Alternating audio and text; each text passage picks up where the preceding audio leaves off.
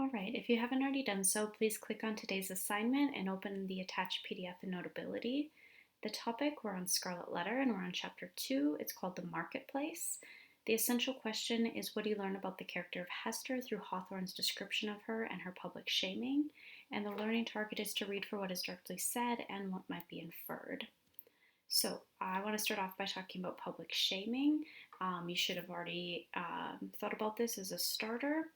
Um, the Puritans are known for publicly shaming people, and I'm interested in what ideas you guys have for how people are publicly shamed today.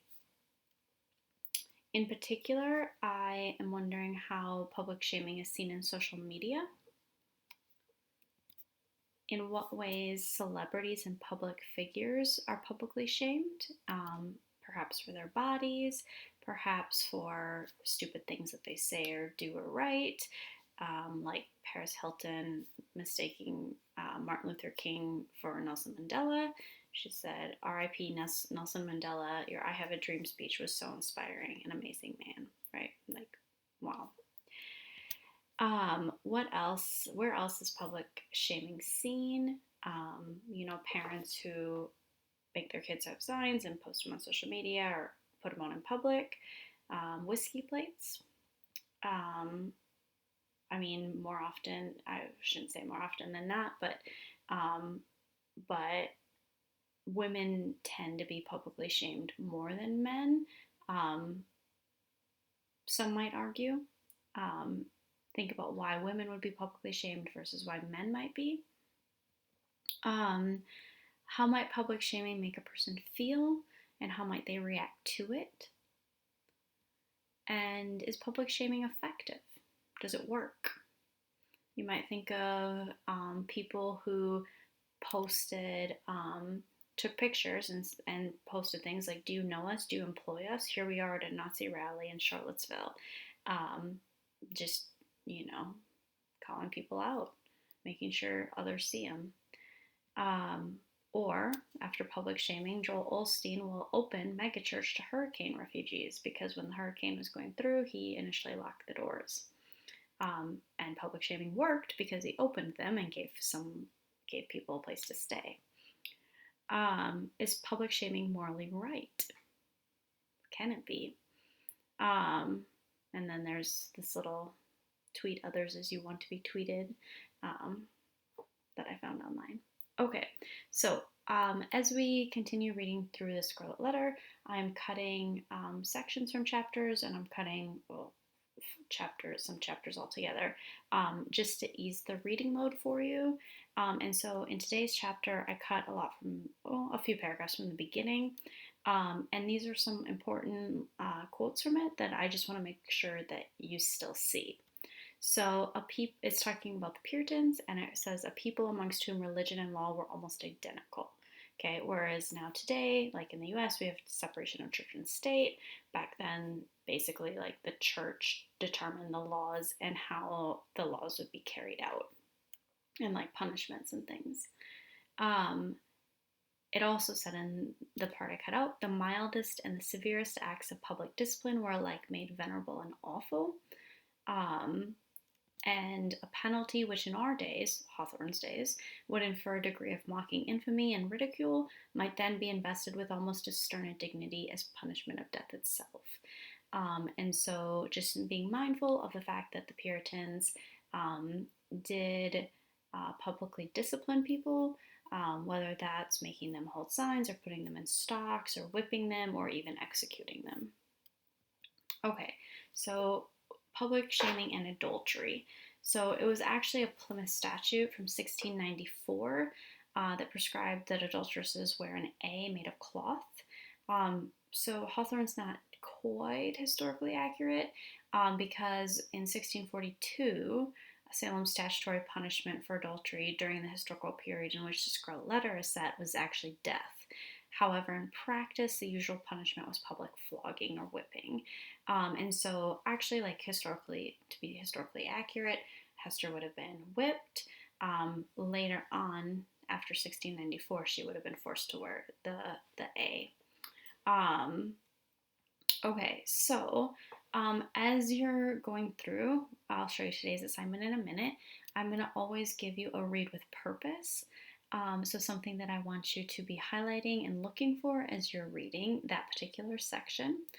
And I wanted you to see this one in particular. So, basically, when Hester is walking from the prison through the crowd, and then she mounts a scaffold, so she's like above everybody else. I don't know if you've watched Game of Thrones, probably hopefully not, but anyways, there you might see, might make you think of Cersei Lannister, okay? And when she had to march through the city, um, she was actually naked and people were throwing things at her and insulting her and things like that. Okay, so here's, oh, actually, I'll show you this too. So, towards the end of the chapter, Hester reminisces on her life back in England. And so there's a little picture of a village in England for you. Makes me a little bit homesick. And just at the end, making sure that you're still completing the reflection and the self-assessment, because sometimes people miss them. So this is just to kind of like sum up, like, did you understand what I wanted you to understand for the day? How well do you feel like you can answer the essential question? Just highlight. And then how well do you feel like you were able to read for what is directly said and then make some inferences? Okay, so this is what the assignment looks like. And stick with me, okay? Because this will help you. So, the context of the first section, there's a crowd of people waiting outside the prison for Hester to be released and publicly shamed. And in this crowd, there are a group of women who are talking. So, as you read this first section, I want you to highlight what the women call Hester Prynne. So, you're going to notice that they call her things like a hussy and naughty baggage, okay? And so, those are the sorts of things I want you to highlight there. Naughty baggage is actually calling her a prostitute. What they think about her punishment, they think that the men in charge have been too kind. Okay, they've been too merciful, and that like she can just cover her mark. This isn't that bad of a punishment, and that these same men like have themselves to thank if their own wives and daughters go astray because the punishment wasn't harsh enough in these women's minds. And so how do they want her punishment to be handled? They want it to be a lot more severe. In fact, they want to be in charge of it. And they say things um, like at least she should be branded with a hot iron. And even later, they say that she ought to die. Okay? So please don't skip reading it. I'm doing this to help you so that when you do read it, you just see more and it's a little bit easier. And then over here, so just to help with some comprehension, the reading strategy. So we've done making connections with Night Flying Woman. We've done visualizing with Hot Frog and The Devil and Tom Walker. And now I want you to practice just responding. So what do you think is interesting about what the women say? What do you think about their words and their attitudes? Okay, so just responding to the text. In the second part, I want you to highlight how Hawthorne describes Hester Prynne and her Scarlet Letter. So particular things that I'd like you to notice is that when the town beadle, which is like the church officer, when he leads her out of the prison, he tries to guide her by her shoulder, like puts his hand on her shoulder, and it says that she repels him. Okay, so she's like, "Don't touch me," right? Like shrugs him off. Which, what does that suggest about Hester? Coming back to this first question here, I mean, you could say multiple different things, but I mean, to me, it shows like her strength, her attitude, her independence, things like that. Okay, so then thinking about how she's described, so she's described as a young woman, and that she's described as having a haughty smile. So haughty means that her smile, like she looks proud. She's showing an attitude of superiority and contempt for people perceived to be inferiors, that she perceives to be inferior to her. Okay, so she's just coming out with her chin held high, right? Looking up, smiling like she's proud. And so, like, what does this suggest about her? Um, Over here, it suggests like how confident she is, right? And her strength too. Um, so um, it says that she can't be abashed, um, which I don't see it on here now. Um, okay, right there. A glance that would not be abashed. So she didn't look embarrassed, or she didn't look like she was ashamed. Um, And then later on, it talks about how, again, it describes her as a young woman, the fact that she's tall, she's a figure of perfect elegance, dark and abundant hair, her hair is glossy, it throws off the sunshine with a gleam, her face is beautiful, richness of complexion, uh, deep black eyes. She was ladylike. In fact, she had the manner of the of the upper class. Okay, even like the rich, the people like royalty, people like in charge. Um, she was characterized by a certain state and dignity. Um, she she doesn't necessarily look delicate. She looks powerful. Okay. Um, she was ladylike. Um, and people would have expected her to not look so good, okay? And they were astonished. Hawthorne says, or Hawthorne writes, her beauty shone out and it made a halo. Um, it, it's almost like she's described as being angelic, okay? I mean, over here, like, what does it suggest about her? Like, she's stunningly beautiful, she's angelic, um, she's confident, she's strong.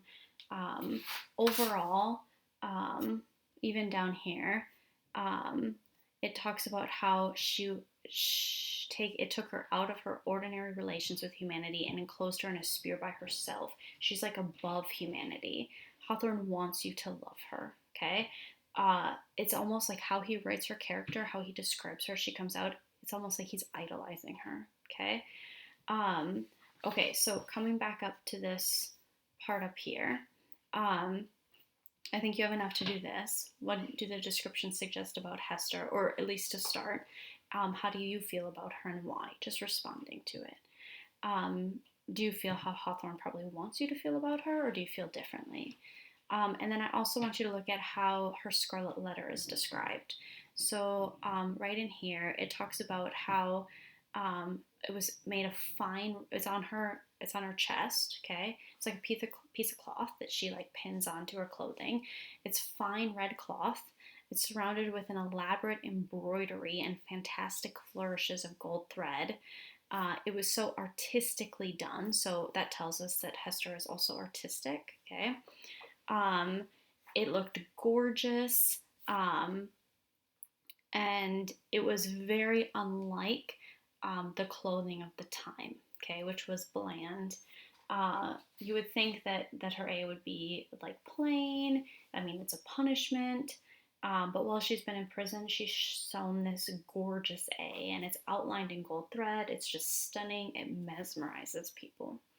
Um, so, thinking about why. Why would she have made such a gorgeous A? Okay, which we're going to come on to in the next part. Um, okay, so I want you to highlight what the same group of women say about Hester and the scarlet letter she has sewn. And so you'll see that they give her credit, right? Like, wow, she is really, really good at sewing. Um, but they also think that because of how fancy the A is, that it's like she's laughing in the faces of the people who punished her, right? Like, yep, look how gorgeous this is. That she's making a pride out of something that's meant for a punishment. Um, It's also here, it talks about how this woman thinks that they should take her A off and they should replace it with like a period pad, a rag of mine own rheumatic flannel. Um, okay, so um, what are some different reasons why Hester might have sewn such a beautiful A to wear? I just want you to speculate, okay? Think of some alternative reasons. I mean, maybe she just had a lot of time on her hands in prison, right? She was in there for months and months. Perhaps she's proud, okay? And she wants to wear it like a badge of honor. Perhaps it's a bit of advertising, which will make a little bit more sense later when you learn about her profession. But maybe she wants people to see how talented she is. Um, so, moving on, the context. This is when Hester walks from the prison to the scaffold in the marketplace. So basically, she comes out of the prison doors, she walks through the crowd, she goes up the steps and mounts the scaffold that's, in the center of the marketplace, I imagine. And so everyone can see her, and she'll serve her sentence up there of being publicly shamed for committing adultery. So in this section, highlight evidence to support Hester's strength during her public shaming. So again, it describes her as haughty, okay, so proud, her demeanor, okay, her manner. And it says that, I mean, this is speculating here, um, but where did I just miss it? Oh, here.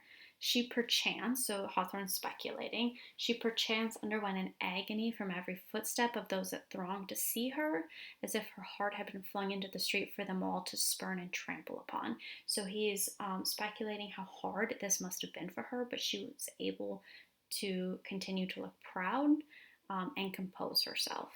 Okay? Keep herself composed. All right.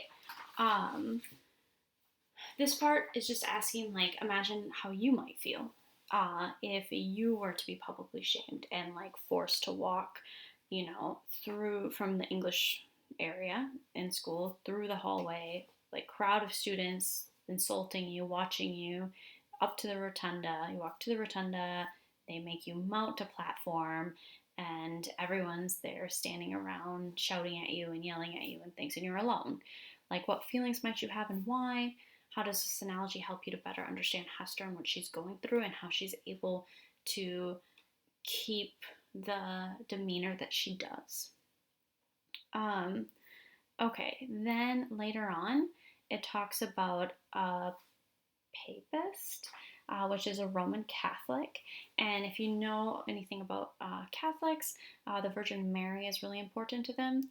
And so basically, what Hawthorne is doing is he's comparing Hester standing up there holding a baby with the Virgin Mary holding Jesus, and saying like how similar they look up there like that, but how opposite the scenarios are, right? Like Mary and her like sinless, like her virgin birth, and then Hester with obviously adultery. You've got Jesus, and then in contrast to Pearl, and you don't really know anything about Pearl right now, but she's kind of a wild child.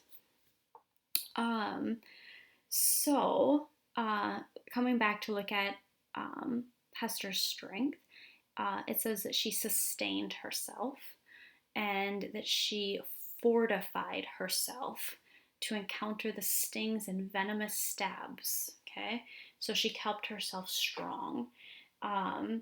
He says it was almost intolerable what they were doing to her.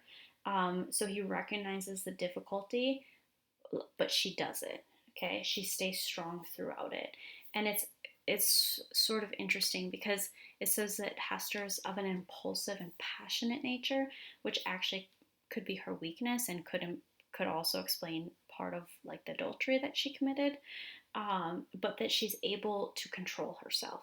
Okay, she doesn't lash out at other people. She's able to keep herself in control in this situation. And here it says she felt at moments as if she must needs shriek out with the full power of her lungs and cast herself down from the scaffold upon the ground or else go mad at once, but she doesn't. Okay, She's got control over herself. She feels like that, but she's got the strength to not do it. Okay, so then just making sure that you're answering these questions in the margins. And then the final section, so Hester's up there, and one of the things she does to help make it easier on herself is that she thinks back about her home in England, about her father and her mother, and kind of daydreams, right? So she thinks back about like her school days, her sports, things like that.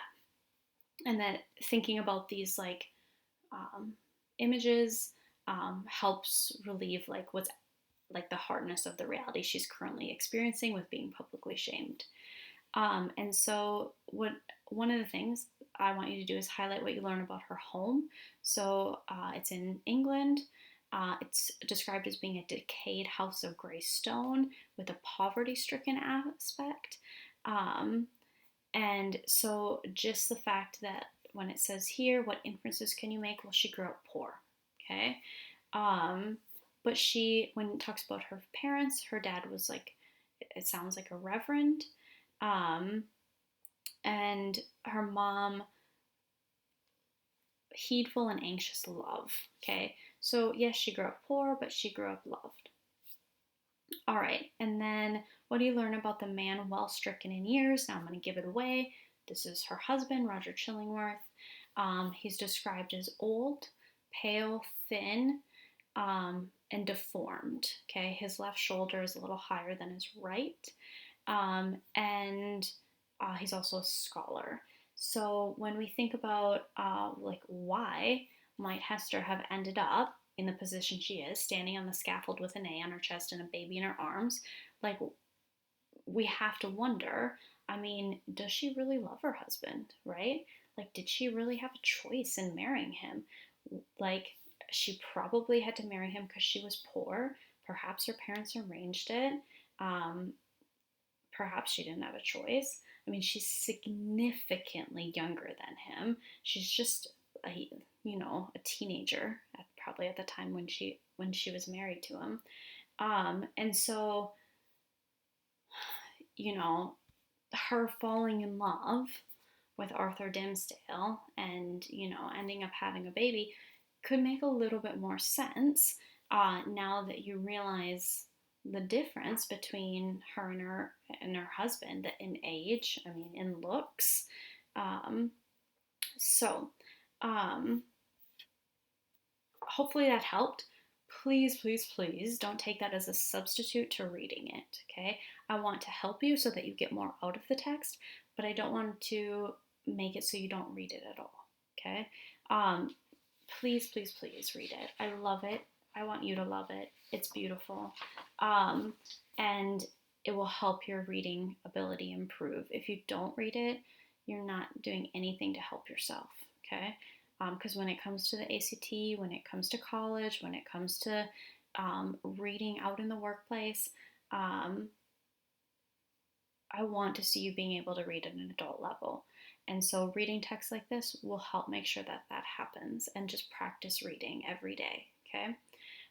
So there's an audiobook attached. Please, please, please read it. It's only, I think, about 14 minutes. Follow along. Don't just listen to it, okay? Because just listening to it will not help improve your reading ability. Let me know if you have any questions, and I really, really hope you love it.